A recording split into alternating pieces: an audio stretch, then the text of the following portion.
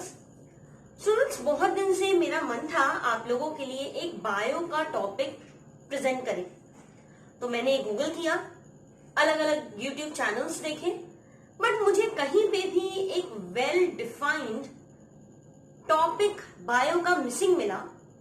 That is Mendel's law of inheritance.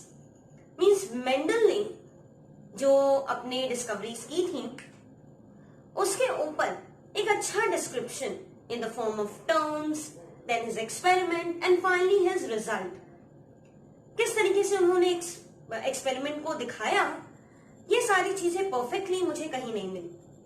तो इसलिए मैंने सोचा कि आप लोग के लिए एक वीडियो प्रिपेयर करते हैं जिसमें मेंडल के लॉज, उनका पूरा एक्सपेरिमेंट एंड उनके एक्सपेरिमेंट का जो रिजल्ट है उसको हम देखेंगे। ये वीडियो काफी ज्यादा इंपॉर्टेंट होने वाला है क्योंकि डिटेल में, specially for my bio students, detail में हम ये सारी चीजें डिस्कस करेंगे और साथ ही साथ आपके पूरे डाउट्स को हम क्लियर करेंगे। ये जो टॉपिक हम डिस्कस कर रहे हैं, this would be beneficial for class 10th, 12th as well as competitive students. तो इस वीडियो को मैंने किया है 3 पार्ट में डिवाइड। कौन कौन से पार्ट्स हैं? First and the foremost is the terms. 16 terms को मैंने एक साथ कंपाइल किया है और उसको एक्सप्लेन करते हुए, ये जो टर्म्स है मेंडल के, ये बार बार एक्सपेरिमेंट में आएंगे। हर जगह तो आप उनको समझोगे नहीं, हर जगह तो आप उनको बार बार देखोगे नहीं, तो एक ही बार हम सारे टर्म्स को डिस्कस कर लेते हैं। टर्म्स के बाद सेकेंड हम आएंगे मेंडल की हिस्ट्री के बारे में, और हिस्ट्री के साथ साथ हम डिस्कस करेंगे कि किस तरीके से मेंडल ने पी को, दैट इज मटर, sweet pea, also known as Pisum sativum, उसको यूज किया और अपने एक्सपेरिमेंट्स को कंडक्ट कराया। So conduction of experiment.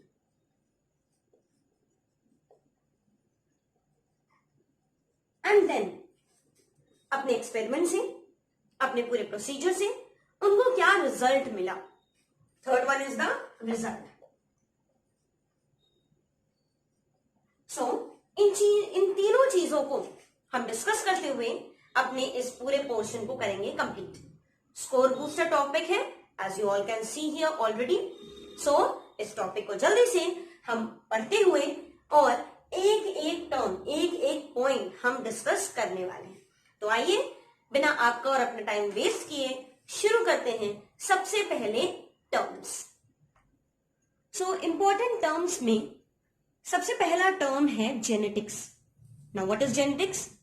It is the branch of biology which deals with the study of heredity and variation. Now ये bio का वो branch है, बायो का वो फील्ड है जिसमें कि आप हेरिडिटी के बारे में पढ़ते हैं एंड वेरिएशन के बारे में पढ़ते हैं। Now what is heredity?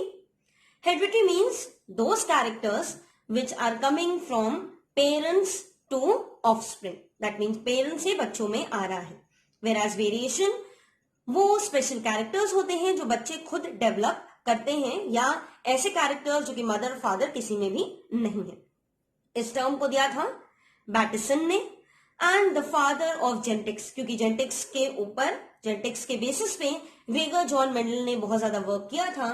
That is why he is known as the father of genetics. Now the second term is hereditary, which is the transfer of character from parents to offspring. अभी मैंने बताया parents से माँ बाप में जब characters transfer होता है, that process is known as hereditary. Coming next is offspring. That is the result or the product of reproduction. जो baby produce हो रहा है, that is the offspring. Offspring का ही एक modified form है siblings. That means same parents के जो product obtain होते हैं, that may be brother sister or sister sister or brother brother. उन्हें हम बोलते हैं siblings. Moving to the next one is after the first one, that means the first to fourth, is the fifth one. That is character. Now what are characters? They are the features of an organism like height, color, weight, etc. That means ये वो parts हैं जो कि organism के अंदर develop होते हैं. Now next is trait. So it is inherited characters with variants like blue and black color of iris. Now एक ही organism में एक point पे दो डिफरेंट कलर के कैरेक्टर्स या दो डिफरेंट टाइप के कैरेक्टर्स हो सकते हैं. That combination of character is known as trait. For example iris का दो कलर हो सकता है like blue and black.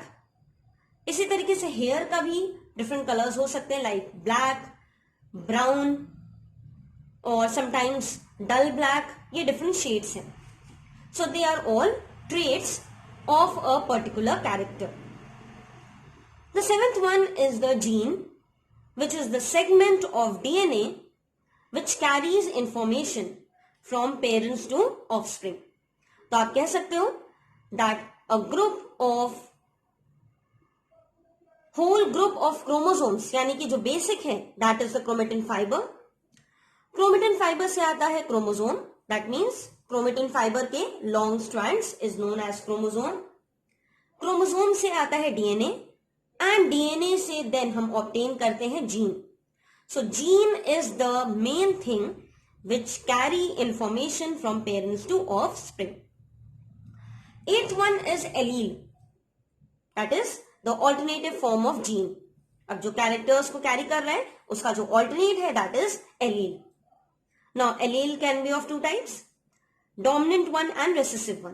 That means वो एलील जो कि एक जनरेशन से दूसरे जनरेशन में ट्रांसफर हो रहा है, that means from parents to offspring, is known as dominant allele. But वो एलील जो कि पेरेंट से डॉटर या सन में या दैट मीन्स ऑफस्प्रिंग में ट्रांसफर नहीं हो रहा, that is known as recessive allele. Moving to the 11th one. So it represents a condition, that is homozygous condition. It represents a condition when identical allele of a gene is present on the same locus, that is the gene locus of the homogeneous pair of chromosome. That means कि किसी character को अगर हम denote करते हैं तो उसमें दो चीजें प्रेजेंट होती हैं. One is the gene and then next one is the allele. So जब जीन एंड एलील दोनों सेम हो then that is known as homozygous allele. For example, tallness की अगर हम बात करें so it is denoted by capital T and capital T. इसी तरीके से ड्वार्फनेस की बात करें तो small t and small t. लेकिन अगर जीन और एलील सेम ना हो, they are different, locus same है यानी कि पोजीशन सेम है but they are alternate to each other, then that is known as heterozygous condition. For example, capital T, small t. The next or the 13th one is genotype, which is the gene composition of an individual. That means कि किसी DNA को जब हम gene level पे जज करते हैं, gene level पे देखते हैं, तो वहां पे उसका कॉम्पोजिशन कैसा होगा, that is known as genotype. Because capital T और कैपिटल टी स्मॉल टी ये दोनों टॉलनेस को रिप्रेजेंट करता है, but capital T is homozygous condition whereas capital T small T is heterozygous condition. The 14th one is the phenotype. That means कि बाहर से जब हम किसी कैरेक्टर को देखते हैं तो बाहर से उसका लुक कैसा आता है, which is known as phenotype. इसको याद करने के लिए आप इस तरीके से जा सकते हो that genotype starts with G. So G means gene level. P that is phenotype starts with, phenotype की स्टार्टिंग होती है पी से. and you can compare it with physical character. So G मतलब जीनोटाइप मतलब जीन कॉम्पोजिशन या gene level पे, and phenotype means move कर रहे हैं हम फिजिकल कैरेक्टर्स पे. सो वो कैरेक्टर्स जो कि हमें बाहर से ऑब्जर्व होते हैं, बाहर से दिखते हैं. Coming to the 15th and the 16th one. So genome, it is what? It is the complete set of chromosome found in each nucleus in a species. That means human being में अगर 23 pair of chromosomes present हैं, that means 22 autosomes and 1 pair of 6 chromosomes, so that is the genome of human beings. इसी तरीके से अलग अलग organisms में अलग अलग तरह के जीनोम, अलग अलग तरह के नंबर ऑफ क्रोमोसोम्स होते हैं. So the whole set, the complete set of chromosome found in a nucleus is known as a genome. The last one, that is variation. So in variation it means deviation in morphology, cytology, physiology or behavior among the individual. That means mother father में कुछ और characters हैं, बच्चों में कुछ और characters आ जाए. किस किस लेवल पे जा सकता है? Morphology, that means outer look. Cytology means cell level पे. फिजियोलॉजी मीन्स जिस तरीके से बॉडी वर्क कर रही है, या नेचर वाइज, बिहेवियर वाइज जो डिफरेंस मदर और फादर और एक ऑफस्प्रिंग में डेवलप होती है, that is known as variation. So students, ये 16 टर्म्स हमने पढ़े. अब हम आगे बढ़ रहे हैं अपने मेंडल के एक्सपेरिमेंट की तरफ और उनके. So Gregor John Mendel, who was a monk in a church in Austria, और वहां पे उन्होंने अपना एक गार्डन प्रिपेयर किया था. उस गार्डन में वो स्वीट पी ग्रो किया करते थे, whose botanical name is Pisum sativum. कई बार इसे वन वर्ड में पूछा जाता है, that is Pisum sativum, which is the botanical name of the sweet pea. तो उन्होंने इसको यूज किया और उसके 7 कैरेक्टर्स को अपने पास रखा. उन्होंने 7 कैरेक्टर्स को देखा.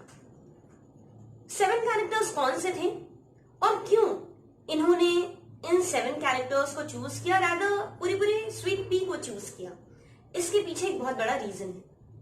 तो आइए बात करते हैं क्यों इन्होंने स्वीट पी को ही यूज किया अपने एक्सपेरिमेंट में. ये भी रीजन के फॉर्म में कई बार पूछा जाता है, that is why I am writing it here. सबसे पहला रीजन, दैट इसकी जो लाइफ साइकिल है ये कंप्लीट हो जाती है इन 1 year. So life cycle completes in 1 year.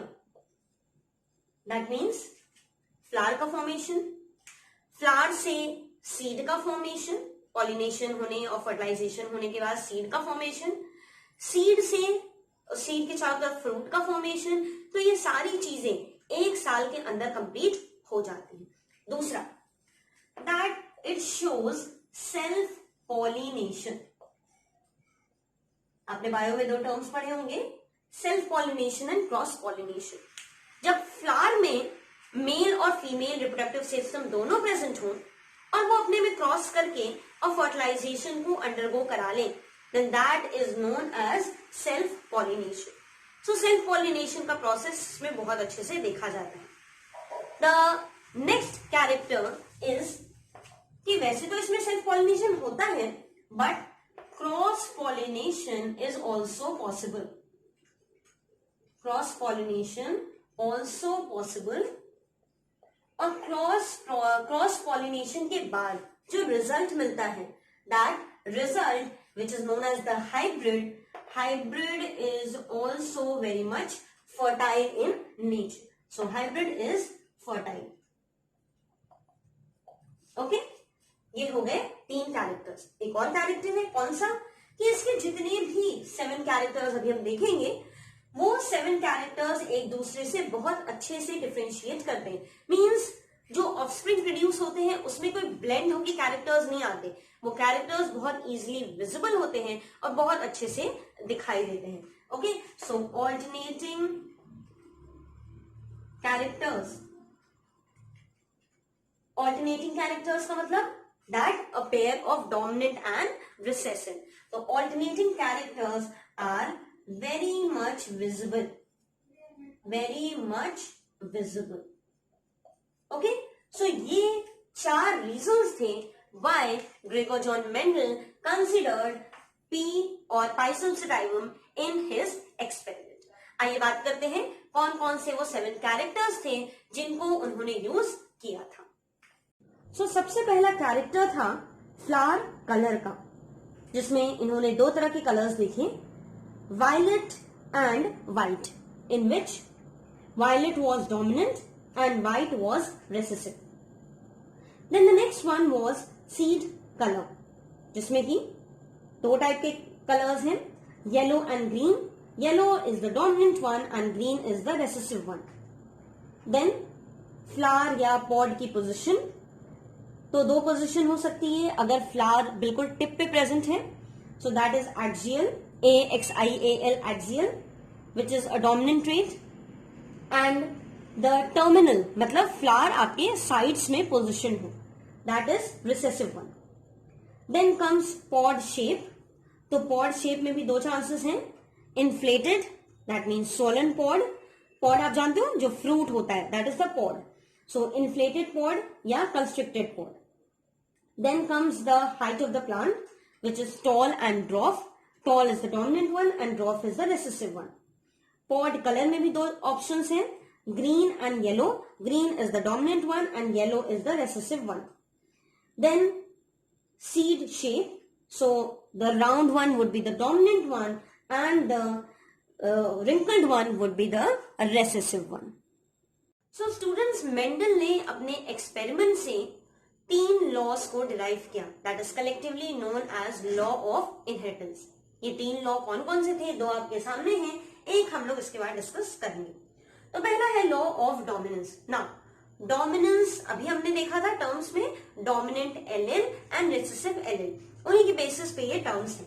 So the characters which are transferred from parents to offspring, that means वो कैरेक्टर्स जो कि पेरेंट्स से ऑफस्प्रिंग में जा रहे हैं and are visible in the offspring, offsprings में पूरी तरीके से दिख रहे हैं, that is in the form of hereditary, are known as dominant allele.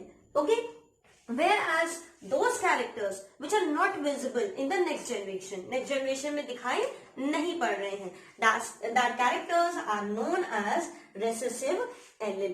Now आते हैं next law पे, that is law of segregation. Now law of segregation में बस आपको इतना याद रखना है कि गैमेट फॉर्मेशन के वक्त, जब गैमेट फॉर्मेशन होता है उस वक्त जो आपके गैमेट्स हैं वो सिर्फ और सिर्फ, जैसे फॉर एग्जांपल मेल्स में होता है XY और फीमेल में होता है XX क्रोमोसोम. तो गैमेट्स जो बनेंगे वो इनमें से एक ही क्रोमोसोम को लेके जाएंगे. जैसे स्पर्म अगर बन रहा है तो वो ईदर X को लेके जाएगा या Y को लेके जाएगा. इसी तरीके से फीमेल्स में जब एग बनता है तो वहां पे भी या तो X लिबरेट होता है या तो X का ही यहाँ पे भी, क्योंकि इसमें 2 ही ऑप्शन, एक ही ऑप्शन है, 2 ऑप्शन है नहीं. मेल्स में 2 ऑप्शन थे, whereas फीमेल्स में एक ही ऑप्शन प्रेजेंट है. तो इन दोनों में से कोई एक X नेक्स्ट जनरेशन में, दैट मीन्स एग के फॉर्म में जाएगा. ठीक है, तो एक बार लॉ को जल्दी से रीड कर लेते हैं. At the time of gamete formation the chromosomes divide into 2 parts. Chromosome 2 part में डिवाइड हो जाते हैं, 2 अलग अलग फॉर्म में निकल जाते हैं. जैसे ये पूरा एक पेयर ऑफ क्रोमोसोम था तो ये डिवाइड हो गया. And only 1 part moves in either egg और स्पर्म, यानी कि दोनों की ब्लेंडिंग नहीं होती है, दोनों की मिक्सिंग नहीं होती है. गैमेट फॉर्मेशन की तरफ ये टोटली सेग्रीगेट हो जाते हैं. That is why it is also known as law of segregation.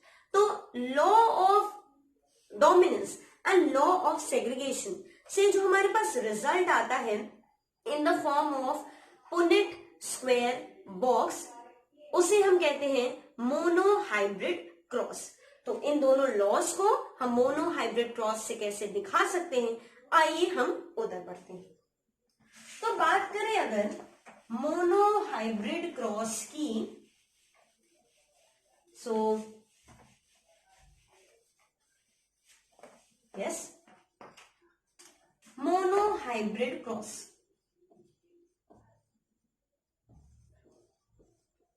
देखो बायो में जितनी चीजें हैं उसमें आते हैं टर्म्स, और आपको टर्म्स को बाइफिकेट करना है, डिवाइड करना है। सो मोनो मीन्स वन और हाइब्रिड मीन्स रिजल्ट। सो जब only one pair of character को लेकर हम रिजल्ट को ऑब्टेन करें, then that type of cross is known as mono hybrid cross. For example capital T capital T, ये हो गया क्या, this is a homozygous tall, ये हो गया होमोजाइगस टॉल, ठीक है। स्मॉल टी हो गया है homozygous dwarf, homozygous dwarf. Okay, अगर इस होमोजाइगस टॉल का हम क्रॉसिंग करा दें होमोजाइगस ड्वार्फ के साथ, तो देखते हैं क्या रिजल्ट बनता है। सो इसको क्रॉस हम अगर कराते हैं, ठीक है, तो ये इसके साथ आ जाएगा, तो ये बनेगा capital T small T.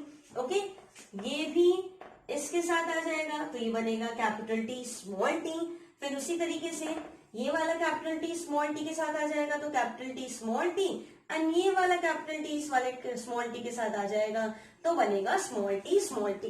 That means ये जितने भी बन रहे हैं they are all what, they are heterozygous tall. ये टॉल तो है लेकिन इनमें जीन और एलील ये दोनों अलग अलग है, डिफरेंट है, that is why they are known as heterozygous tall. Now ये जो बेसिक कंडीशन है, जब homozygous tall is crossing with homozygous dwarf, this condition is known as F0. That is also known as the parent condition, F0. लेकिन ये जो obtain हो रहा है, this is known as F1 generation. Now, F stands for filial. जो Mendel थे उन्होंने जो पेरेंट्स थे उनको F0 बोला, लेकिन जो रिजल्ट आया that is the first generation, उन्होंने उसको बोला फीलियल वन जनरेशन। इसकी स्पेलिंग भी देख ही लेते हैं, फीलियल वन जनरेशन। नाउ अगर हम इस हेट्रोजाइगस टॉल की भी क्रॉसिंग करा दें, that means capital T small T को अगर हम कैपिटल टी स्मॉल टी के साथ क्रॉस करा दें, तो देखते हैं रिजल्ट क्या बनता है।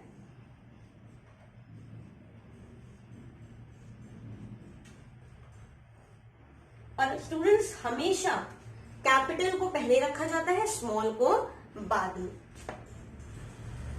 तो इस तरीके से आप देख रहे हो capital T capital T, capital T small T, capital T small T दो जगह और स्मॉल टी एक जगह। तो ये क्या होगा, this is homozygous tall, this is homozygous dwarf. आप देख रहे हो कि वापस से जो पेरेंट्स थे वो ऑब्टेन हो गए, ठीक है, वापस से जो पेरेंट्स थे दैट इज ऑब्टेन। लेकिन यहाँ पे जो इंटरमीडिएट आ रहा है वो क्या आ रहा है, बिल्कुल पेरेंट जैसा ही, अपने F1 जनरेशन जैसा ही आ रहा है। So this generation is known as F2 generation. Okay, this is known as F2 generation. और क्योंकि इसे हम वन पेयर ऑफ कैरेक्टर्स को कंसिडर कर रहे हैं, that is why it is known as mono hybrid cross. ठीक है, आइए इसका फिनोटिपिक रेशियो और जीनोटिपिक रेशियो भी फाइंड आउट कर लेते हैं, which is very very important. तो फिनोटिपिक रेशियो मींस जो आप बाहर से देखकर पहचान सकते हो। बाहर से देखने पे ये भी आपको टॉल दिखेगा, ये भी आपको टॉल दिखेगा और ये भी आपको टॉल दिखेगा। सो 1 2 3 कितना हो गया, 3। और एक दिख रहा है क्या, 1 is drop. So 1 3:1, this is the phenotypic ratio. लेकिन वही हम बात करते हैं जीनोटिपिक रेशियो की, तो जीनोटाइपिक रेशियो में इसका जीन कॉम्पोजिशन अलग, इन दोनों का जीन कॉम्पोजिशन अलग और इसका जीन कॉम्पोजिशन अलग। तो ये हो क्या जाएगा 1:2:1। यहाँ पे this one is denoting homozygous tall, this 2 is denoting heterozygous tall and this one is denoting homozygous dwarf. Okay, so ये पूरा था। जब कभी भी एग्जाम में आपसे इन केस पूछा जाता है that what you mean by mono hybrid cross, तो सबसे पहले आप डेफिनेशन लिखोगे उसकी, that means a cross in which only one pair of characters are involved. For example, capital T is homozygous tall and small t is homozygous dwarf. उसके बाद आप F0, F1 और F2 जनरेशन को obtain करोगे। इसको दिखाने के बाद आप दिखाएंगे phenotypic ratio and genotypic ratio. ठीक है, इसको करिए जल्दी से नोट। फिर हम बढ़ते हैं आगे अपने लॉ ऑफ इंडिपेंडेंट असॉर्टमेंट की तरफ। ओके, तो बात करते हैं लॉ ऑफ इंडिपेंडेंट असॉर्टमेंट की। तो law of independent assortment related है डाई हाइब्रिड क्रॉस। जैसे अभी हमने देखा मोनो हाइब्रिड क्रॉस, तो उसमें only one pair of character was taken and the cross was done, that is between tallness and dwarfness. But here we would see that 2 pair of characters would be taken. पहले हम law को discuss कर लेते हैं, उसके बाद Punnett square box बना के यहाँ पे आपको पुनेट स्क्वायर बॉक्स का प्रॉपर डेमोन्स्ट्रेशन दिखेगा, तो उसे बना के और पूरे लॉ को हम समझेंगे। तो आइए शुरुआत करते हैं। When 2 pair of traits are taken, traits means characters. So जब हम 2 pair of characters लेते हैं in a particular organism, then the characters are independent to each other. That means ये जो characters हैं ये independent हैं पूरी तरीके से, आप उसको बिना मिक्स कराए, या that means कि वो जो characters हैं वो next generation में मिक्स नहीं होते। तो आप क्या कह सकते हो, that is the characters do not blend with each other. Okay, अब यहाँ पे कौन कौन से कैरेक्टर्स लिए थे मेंडल ने।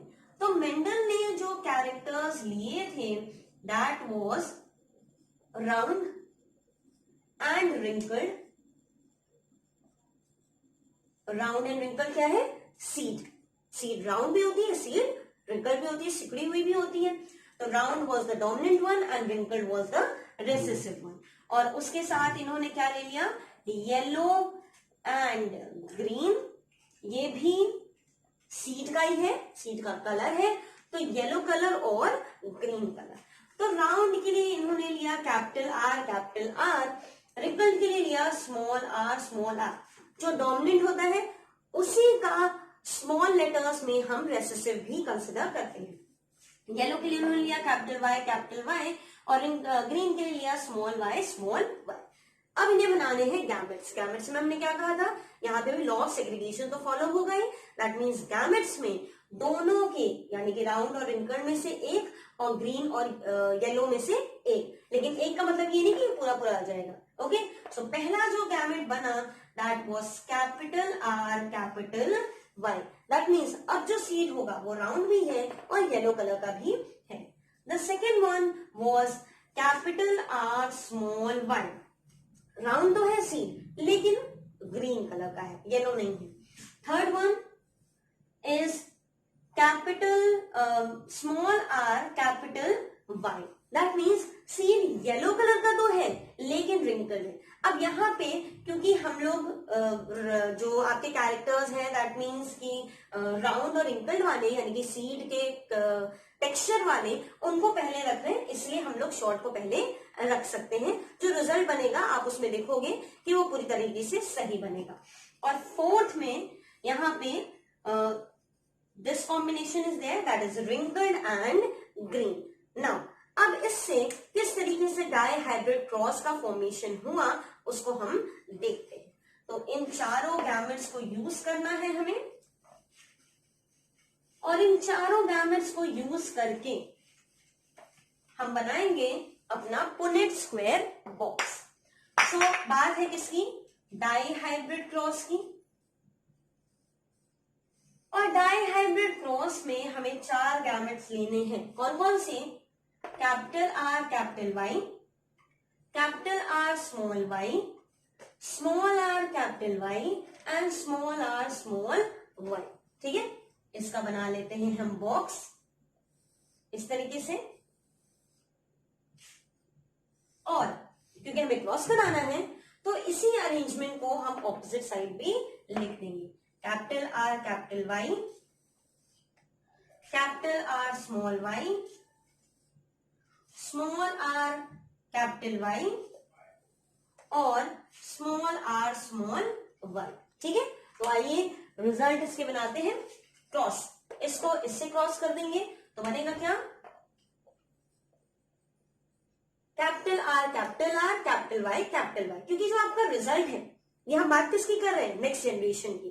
जो आपका नेक्स्ट जनरेशन है उसमें दोनों कैरेक्टर्स के 2 क्रोमोसोम्स आने चाहिए। ठीक है, next capital R capital Y small Y, then इसको इससे capital R small R capital Y, और इसको इससे capital R small R capital Y small Y. ठीक है, इस तरीके से हम पूरे को फिल कर लेंगे। जल्दी से आइए फिल कर लेते हैं, साथ साथ आप खुद से ट्राई करिए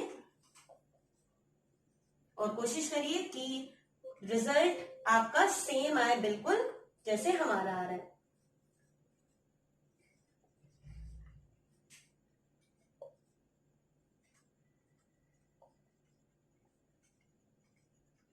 कैपिटल पहले लिखेंगे, स्मॉल को बाद में लिखेंगे, लेकिन जो टेक्सचर है वो पहले आएगा, कलर बाद में आएगा।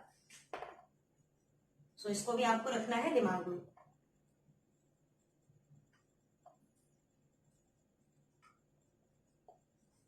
बस लास्ट टाइम बची है, इसको भी जल्दी से हम खत्म करेंगे तो हमारे पास हमारा रिजल्ट आ जाएगा।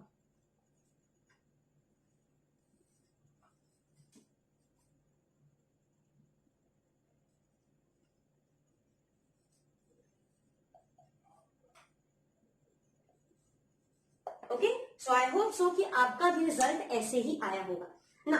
यहाँ पे 4 पॉसिबिलिटीज हैं। कौन कौन सी 4 पॉसिबिलिटीज हैं, कि जो सीड हो वो राउंड और येलो हो। दूसरा कंडीशन, जो सीड हो वो राउंड एंड ग्रीन हो, या फिर सीड हो वो रिंकल्ड एंड येलो हो, या फिर रिंकल्ड एंड ग्रीन हो। तो इन 4 चीजों को हम रखेंगे अपने सामने। दैट मीन्स राउंड येलो, जिसमें भी इन पूरे टेबल में जहां कहीं भी आपको कैपिटल आर कैपिटल वाई दिखेगा, आप वहां पे इसको कंसिडर करोगे। फिर कैपिटल आर स्मॉल वाई दिखेगा, या स्मॉल आर कैपिटल वाई दिखेगा और स्मॉल आर स्मॉल वाई दिखेगा, तो इसको हमें कंसिडर करते हुए चलना है। तो आइए 1 बाय 1 इनको हम देखते हुए चलते हैं। दिस वन, ठीक है, इसमें कितना है, कैपिटल आर भी है कैपिटल वाई भी है, दैट मीन्स ही क्या है, राउंड एंड येलो। तो ये हमें एक मिल गया, राउंड एंड येलो। ये भी क्या है, कैपिटल आर कैपिटल वाई है तो राउंड एंड येलो। ठीक, इसमें भी कैपिटल आर कैपिटल वाई है तो राउंड एंड येलो। इसमें भी कैपिटल आर कैपिटल वाई है, राउंड एंड येलो। जहां कहीं भी आपको कैपिटल आर कैपिटल वाई दिखे, बस that means round and yellow. इसमें भी राउंड एंड येलो। क्या यहाँ पे कैपिटल वाई है, नो, तो ये क्या हो जाएगा, ये आ जाएगा राउंड एंड ग्रीन में। तो इसको अभी हम कंसिडर नहीं करेंगे, पहले एक साथ राउंड एंड येलो वाला काउंट कर लेते हैं। तो ये भी हो गया आपका राउंड एंड येलो, ये भी राउंड येलो, ये दोनों नहीं होगा, ये भी हो गया round and yellow. Okay, count कर लेते हैं कितने, 1 2 3 4 5 6 7 8 9। That means round and yellow कितने हैं, they are 9 in number. Okay, आइए बढ़ते हैं नेक्स्ट की तरफ। इनको रिमूव कर लेते हैं या रहने देते हैं, हम ब्लैक मार्कर यूज कर लेंगे ताकि आपको डिफरेंशिएट हो पाए। तो ये पूरी लाइन तो कैपिटल आर कैपिटल वाई की थी, तो राउंड एंड येलो था। ये कौन सा है, round and green. This one round and green. Now ये तो होगा नहीं, यस ये होगा नहीं, ये भी नहीं होगा, हाँ ये हो जाएगा राउंड एंड ग्रीन। तो कहीं पे आपको और दिख रहा है जहां पे कैपिटल आर और स्मॉल वाई का कॉम्बिनेशन हो, आई डोंट थिंक सो। हाँ बस 3 है, तो ये यहाँ पे आ गया capital R small Y, that is 3। ठीक है, इसी तरीके से हम देख लेते हैं स्मॉल आर कैपिटल वाई। तो स्मॉल आर कैपिटल वाई, ये तो आपका कैपिटल आर कैपिटल वाई चला गया था, यस ये वाला है small R capital Y, small R capital Y and small R capital Y. ये भी कितने हो गए, ये भी हो गए 3, सो 3। एंड लास्ट में बच एक ही बेचारा बचता है स्मॉल आर स्मॉल वाई, तो ये हो गया 1। आपको पता है ये हम कौन सा रेशियो फाइंड आउट कर रहे हैं, this is the phenotypic ratio. Because बाहर से देखकर ही आप बता सकते हो दैट ये राउंड है या येलो है, या राउंड है या ग्रीन है, या रिंकल्ड है या येलो है, या रिंकल्ड है या ग्रीन है। तो this ratio which we just calculated is the phenotypic ratio. Okay, genotypic ratio कैसे कैलकुलेट करेंगे? जीनोटिपिक रेशियो होता तो बहुत लंबा है, लेकिन एक छोटी सी ट्रिक जिसको हम यूज कर सकते हैं ना। अगर आपको याद हो मोनोहाइब्रिड क्रॉस में हमने फिनोटिपिक भी देखा था और जीनोटिपिक भी देखा था। फिनोटिपिक कितना देखा था 3:1, जीनोटिपिक कितना देखा था 1:2:1। अगर इन दोनों रेशियो को, ठीक है, आई होप सो कि आपने ये नोट कर लिया होगा। अगर नहीं नोट किया है तो वीडियो को पॉज करके जल्दी से इसको नोट कर लीजिए, ताकि हम आपको दिखा सकें कि किस तरीके से फिनोटिपिक एंड जीनोटिपिक रेशियो को करते हैं हम डिराइव। तो आपने देखा यहाँ पे फिनोटिपिक रेशियो कितना आ रहा है 9:3:3:1। आइए इसको एक ट्रिक की हेल्प से देखते हैं। मोनोहाइब्रिड क्रॉस में, मोनोहाइब्रिड क्रॉस में phenotypic ratio was 3:1, okay, and genotypic ratio was 1:2:1। ठीक, डाइहाइब्रिड क्रॉस में, डाइहाइब्रिड क्रॉस में phenotypic रेशियो हमने डिराइव किया 9:3:3:1। ठीक है, जीनोटिपिक कैसे करेंगे? देखो एक बहुत छोटी सी ट्रिक है। पावर जितना भी आपको क्रॉस निकालना है, डाइहाइब्रिड निकालना है तो 2, ट्राइहाइब्रिड निकालना है तो 3, टेट्राहाइब्रिड निकालना है तो 4। जितने पेयर ऑफ कैरेक्टर्स आप चाहो उतने का रेशियो आ जाएगा genotypic as well as phenotypic. Okay, चलो तो प्रूफ करते हैं इससे। 3:1 का स्क्वायर, ओके, सो 3:1 का स्क्वायर मतलब 3:1 into 3:1। ठीक है, तो कैसे करेंगे? 3 3s are 9, 3 1s are, पहले इसको इससे मल्टीप्लाई देन इसको इससे मल्टीप्लाई। ठीक है, 3 3s are 9, 3 1s are 3, then अब ये वापस इधर आएगा। ठीक, तो वापस यहाँ आने में पहले हम इसको इससे इस वाले 3 को इस वाले 3 से कर रहे थे और फिर इस 3 को 1 से कर रहे थे, तो अब 1 को 3 से करेंगे और 1 को 1 से करेंगे, सो 3:1। आपने देखा कि किस तरीके से फिनोटिपिक रेशियो हमने फाइंड आउट कर लिया। अब अगर हमें जीनोटिपिक रेशियो निकालना है इसकी मदद से, तो इसको थोड़ा सा ये लॉन्ग होता है लेकिन इजिली कैलकुलेट हो जाता है as compare to the cross. अगर आप क्रॉस पे जाके कैलकुलेट करोगे तो बहुत मुश्किल होती है, एरर होने के चांसेस बहुत होते हैं। आप डायरेक्टली यहां से कर सकते हो 1:2:1 into 1:2:1। और अगर being a bio student maths में वीक हो, कोई बात नहीं, इस तरीके से एरो बना लो तो इजी हो जाएगा। ठीक, तो 1 1s are 1, 1 2s are 2, 1 1s are 1, then 2 1s are 2, 2 2s are 4, 2 1s are 2, then फिर वापस से 1 1s are 1, 1 2s are 2 and 1 1s are 1। Okay, so this is the whole ratio. तो अगर हमें लिखना हो डाइहाइब्रिड क्रॉस का जीनोटिपिक रेशियो तो हो क्या जाएगा? This is the genotypic ratio of dihybrid cross. What is the value? 1:2:1:2:4:2:1:2:1। Okay, तो फॉर्मूला छोटा सा क्या बन जाता है कि जो भी आपका मोनोहाइब्रिड का रेशियो हो उसको पावर कर दीजिए जितने आपको क्रॉस पे ले जाना है। मोनोहाइब्रिड ले जाना है तो 1 से ही कर दो, डाइहाइब्रिड ले जाना है तो 2, ट्राइहाइब्रिड तो 3, टेट्राहाइब्रिड तो 4, पेंटाहाइब्रिड तो 5, इसी तरीके से वो बढ़ता जाएगा। ओके स्टूडेंट्स, सो आई होप सो कि आज का लेक्चर आपको पसंद आया होगा। This was all for today. आज की क्लास में हमने क्या क्या पढ़ा? सबसे पहले पढ़े हमने टर्म्स के बाद हमने बात की मेंडल के बारे में और उनके पी को सेलेक्ट करने के रीजन के बारे में और कौन कौन से कैरेक्टर्स उन्होंने सेलेक्ट किया। देन फाइनली हमने डिस्कस किया the 3 laws and the mono hybrid and dihybrid cross. Now after seeing this video I hope so कि आपका टॉपिक काफी हद तक क्लियर हो गया होगा और अच्छे से आपको ये टॉपिक समझ में आ गया होगा। इन केस अभी भी अगर आपके दिमाग में कोई क्वेश्चन हो और आप उन क्वेश्चंस का आंसर चाहते हो तो please mention in the comment section.